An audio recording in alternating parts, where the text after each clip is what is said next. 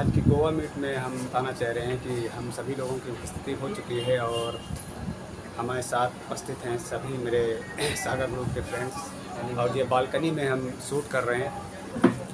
और आज हम बात करेंगे गोवा मीट में। आज हम लोग शाम की मीट में बैठे हुए हैं यहाँ बालकनी में और वीडियो शूट कर रहे हैं। यहाँ जो एडिटिंग हम लोग होकर आ रहे हैं उससे जुड़ी हुई कुछ बातें हैं। और हमारे बीच में उपस्थित हो चुके हैं माननीय आर.के. सर जी, जिससे हम कुछ एडवाइस लेंगे और हमारे सीनियर हैं।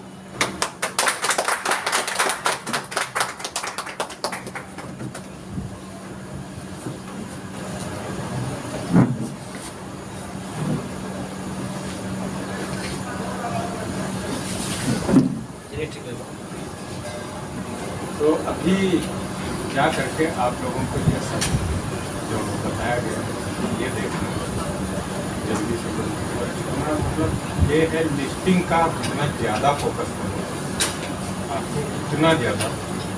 एक बात सर और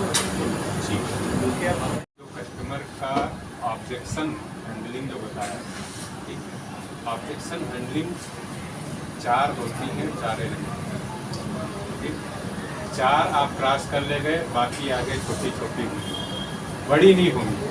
पहली बड़ी सबसे पहली होगी, अगर वहाँ भागे तो हो गया था, फिर कुछ नहीं होगा। आपको निपटाना है पहली 4, ये मान के चलना है कि आप पहली 4, पहला बम, पहली जो है मिसाइल आ रही है तो दूसरा बम आ रहा है, तीसरी गोली आ रही है, चौथा धनुष का तीर आ रहा है, ठीक। उसके बाद अगर आ रहा है तो डेला आ रहा है।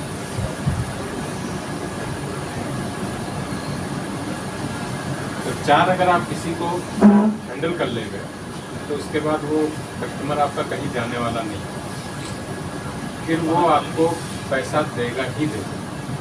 और क्योंकि गोल सेट करके उससे बात करोगे, गोल सेट करने के बाद वो कहीं नहीं जा सकता। और एक ही प्लान के 2 चीज़ें, सिटी प्लान भी वही करके वैसे इनकम उसकी माइनस जा रही है अच्छी गरीब में प्लान वहाँ से बदलना देने की। हाँ, प्लानिंग इसकी पहले देखनी पड़ेगी।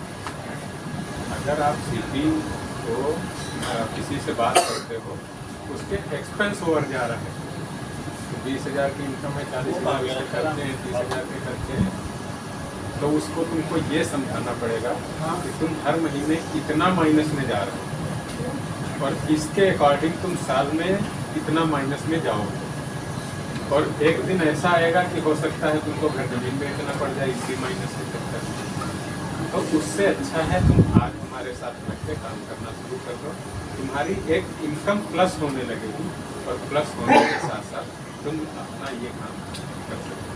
लेकिन सर अगर लोग 10-15 सिटी आए तो उनको देखने का भी तो टाइम लगेगा, नए डेली खत्म हो पाएंगे, नए 10 लोगों से मिलने में पूरा दिन लग पाए क्या गया, तो दूरी में रहेगी कुछ लोगों को नंबर दिए 30 किलोमीटर जाना पड़े, 25 किलोमीटर जाना पड़े, उनका नंबर दिया जिनसे अपॉइंटमेंट मिलेंगे। तो नए सिटी बने तो टाइमिंग बहुत कम लगेगी, उनको भी देखना है।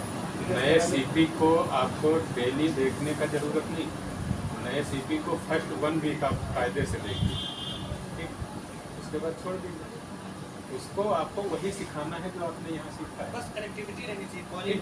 उसके बाद उसको 1 हफ्ते के बाद उसको छोड़ दीजिए। 1 हफ्ते आप उसको उसके साथ मार्केट में निकल सकते हैं, उसके साथ आप वो दुकान पे जाके बात कर सकते हैं, उसको तरीका सिखा सकते हैं।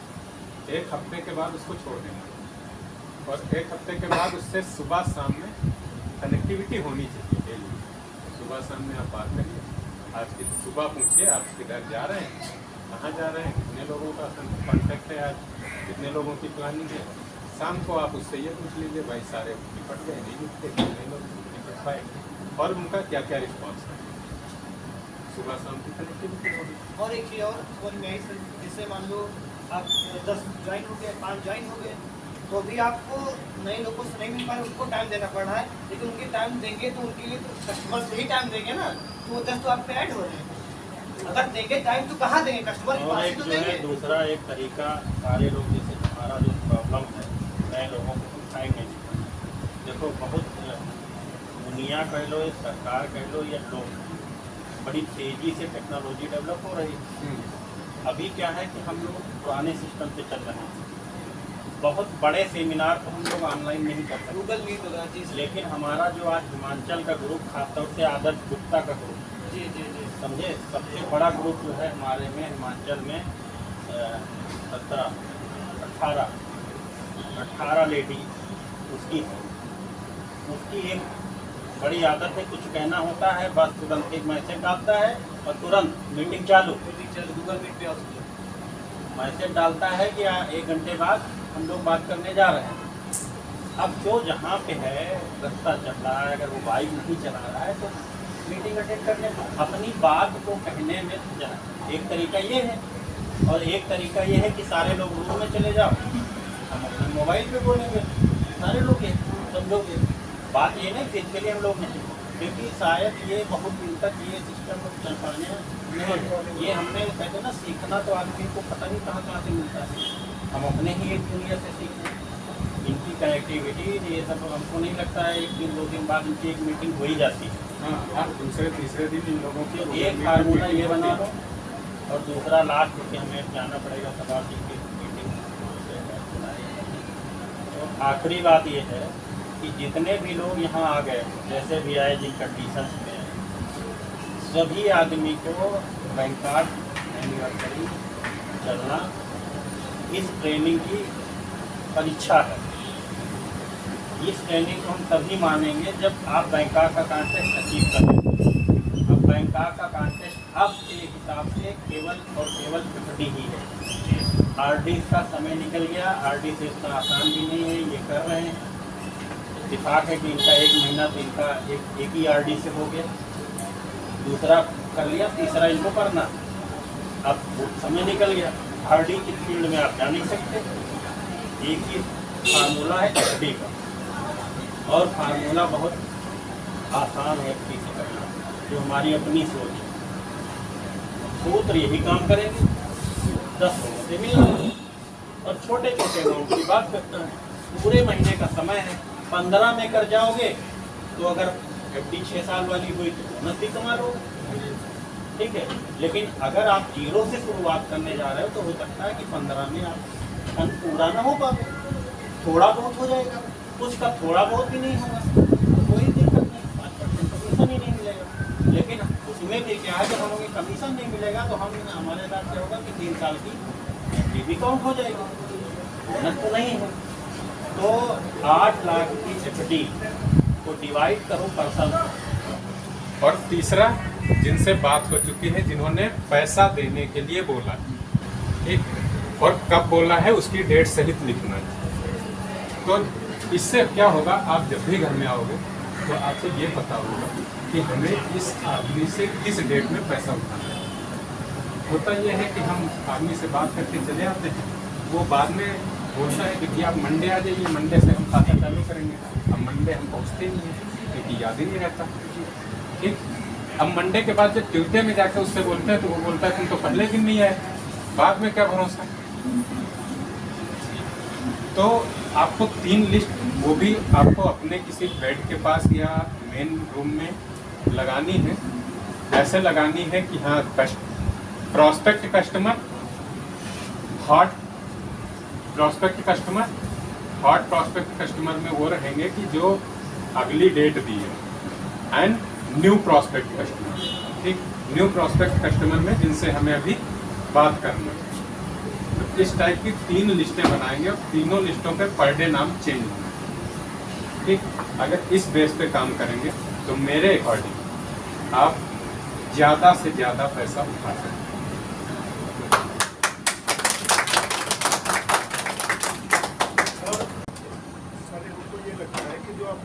LUCC का वो आता है, उसमें प्रेजेंटेशन के लिए उसको वही रखना चाहिए, सादा पेपर नहीं, पॉकेट फोल्डर नहीं, LUCC का एक पैड आता है, जिस पे लेटर हेड पैड, ठीक है। प्रेजेंटेशन उस पे देने से आपका एक ऑफिशियल हो जाता है कि हाँ, ऑफिशियल छवि होती है कि हाँ ये ऑफिस का पैड है और इस पे आप लिख के उसको दे रहे हैं, ठीक।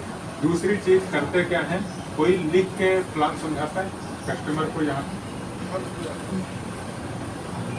बाकी नहीं। अगर लिख के समझाते हैं तो बहुत अच्छी चीज़ है, लेकिन लिखने में ऐसा होना चाहिए एकदम क्लियर। RD1 लिखी है तो 1 का डिटेल होना चाहिए उसमें, फिर ये नहीं कि वो गोला बनाया 35 पैसा को उसी में RD1 में आ गया, ऐसा नहीं। फिर भले 3-4 पेज लगे लेकिन क्लियर लिख के आना, ठीक है। उससे क्या होगा, वो जब भी उसको पढ़ेगा तो उसको समझ में आएगा। कस्टमर का अमाउंट ले लेते हैं, पर जैसे कि 1000 की RD चलाना है तो 1000 की RD, फिर 1000 की FD, 1000 का नहीं, ये पहले नहीं डिसाइड कर सकते, ये तो पहले प्लान नहीं, देने के बाद प्लान देने के बाद डिसाइड होगा। तो प्लान आप जब लिखेंगे वो आपका क्लियर होना चाहिए, कटिंग फिटिंग नहीं होनी चाहिए। शुरू में हो जाता था हमसे क्या पिछला कि बाद तो प्लान आपका क्लियर लिखा होना चाहिए, जब भी वो किसी अननोन पर्सन को भी पढ़ा दे तो उसको समझ में आ जाए। क्रिएटिंग नीड के बारे में बता रहे हैं। हाँ। जिस पे तो नाम पकड़ रहे हैं उनके दफा में, उसकी भी एक क्रिएट आती है, उसी पे पूरा नाम लिखने पड़ेंगे, बोर्ड पे कर दिया। देखो सर ने सबसे पहले आपको ऐसा मंत्र दे दिया कि नाम बहुत ज़्यादा आएंगे नहीं, एक पेज जाएगा इस पेज के पीछे लिख लो क्रिएटिंग, पीछे तो लिख ही सकते हो ना। ऐसा मंत्र दे दिया जैसे आदमी पिताजी तक पहुँचे, पिताजी की फैमिली अलग कर दो, उसको अलग कर दो, ज़्यादा बचेंगे ही नहीं। एक नहीं बचेंगे, मैक्सिमम 3-4 लोग, 3-4 लोग, 5 लोग, 5 से अधिक हो सकते हैं। इसके साथ ही हो गई।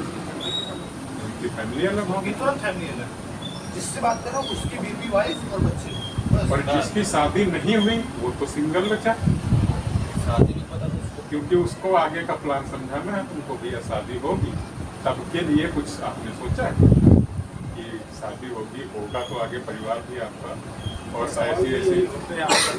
ऐसी समस्याएं आएंगी तो उस टाइम पे आपके पास कुछ बचत है। ऐसे समय में बहुत सारे खर्चे होते हैं, शादी में बहुत सारे खर्चे मान लिया घर वाले कर जाते हैं, लेकिन कुछ ऐसी सिचुएशन आती हैं जिसमें बहुत सारे खर्चे अपने को हैंडल करने पड़ते हैं। तो क्या आपकी लाइफ में अभी तक इतनी बचत है जो कि आप अपना खर्चा हैंडल कर सकते हैं? और अगर अभी हैंडल कर सकते हैं शादी तक, तो उसके बाद भी अन्य लायबिलिटी आने वाली, जैसे अभी आपका FD 20 साल में जा रहा है, ठीक है, तो अभी जब तक 18 साल में है तब तक आप उसे 18 साल की बात कर सकते हैं, क्योंकि 20 साल में जाने वाला है। तो उसको ये बोलिए। दूसरा कि जब 20 साल में चला जाएगा तब उसको आपको ऐसे समझाना है कि भाई देखो ऐसा है कि बच्चे होंगे तो आगे फ्यूचर में पढ़ना भी होगा, पढ़ना होगा तो एजुकेशन है आपके पास, RD है, किस समय आपको पैसा चाहिए, कितने समय में आप प्लानिंग कर रहे हैं, उसके हिसाब से आप बताइए और फ्यूचर प्लान के लिए बचाना अभी से स्टार्ट करिए। क्योंकि शादी के बाद खर्चे अनेक होंगे, कुछ वाइफ के खर्चे होंगे, कुछ आपके खर्चे होंगे, ठीक। तो उस टाइम बचत कर पाना पॉसिबल नहीं होगा। अभी जो खर्चे हैं वो शादी के बाद जस्ट 3 गुना पे शिफ्ट होंगे। अभी आप अगर 4000 में निपट रहे हैं तो शादी के बाद वो 12000 रुपये होंगे, ठीक। तो उसको ऐसे करके समझाना है तभी समझ आएगा। और एक पॉइंट बहुत अच्छा बता रहे हैं जो बताया सबने, बचत क्यों करना चाहिए, इसलिए करना चाहिए, ये बात हमने कभी सीधे आदमी चाहिए लोग काम देते हैं। ये बात बहुत अच्छा टॉपिक, बात शुरुआत करने के लिए करना है, यहाँ से बात अपना स्टार्ट करना, ये बहुत अच्छी चीज़ है। सबसे बहुत अच्छे से यहाँ पे आप उसको ये बता दो कि पैसे आप किस लिए इकट्ठा करें। आधा तो मैटर यही होता था कि हम उसको गोल सेट करते थे। हाँ, अगर किसी आदमी का गोल सेट हो जाएगा तो वो पैसे के लिए कभी मना नहीं मना करेगा। नहीं करेगा और दूसरी चीज़ कि वो पैसे के लिए मना इसलिए भी नहीं कर सकता क्योंकि उसकी इनकम और सेविंग पहले आप कंफर्म कर ले रहे हैं, तो वो ये भी नहीं कह सकता कि पैसा नहीं, ठीक। और तीसरी चीज़ इनकम और सेविंग, उसके बाद बचा एक्सपेंस। किसी भी आदमी से पूछोगे तो वो ये जरूर बोलेगा कि हम अपने इमरजेंसी के लिए कुछ पैसा रखते हैं, ठीक। आप वहाँ पे खेल, अगर उससे पूछोगे कितना रखते हो तो वो मुश्किल से 5000 10,000। सर ने वहाँ क्या किया, 60,000 का नोट 60,000 में कन्वर्ट कर दिया। उन्होंने तुरंत बोल दिया कुछ पैसा आप बचा के रखते हो, उन्होंने बोला हाँ, उन्होंने तुरंत बोल दिया मतलब 60-70,000 75,000 आप बचा के रखते हैं, ठीक। अगला बंदा एक्सेप्ट ही करेगा, मना कर नहीं सकता। 60-65 हज़ार इसके घर में रखा हो, फिर तो आगे फंस गया ना। बस शुरुआत में ये नहीं बता देगा कि वो आईटी के लिए ये तो बताने नहीं। फिलहाल तो लास्ट में बताना अभी जाते हैं ये भैया क्या हमारा काम है, आपका उसने जो आपका गोल पूरा- अचीवमेंट है, गोल्डन अपॉर्चुनिटी है, पता चला तो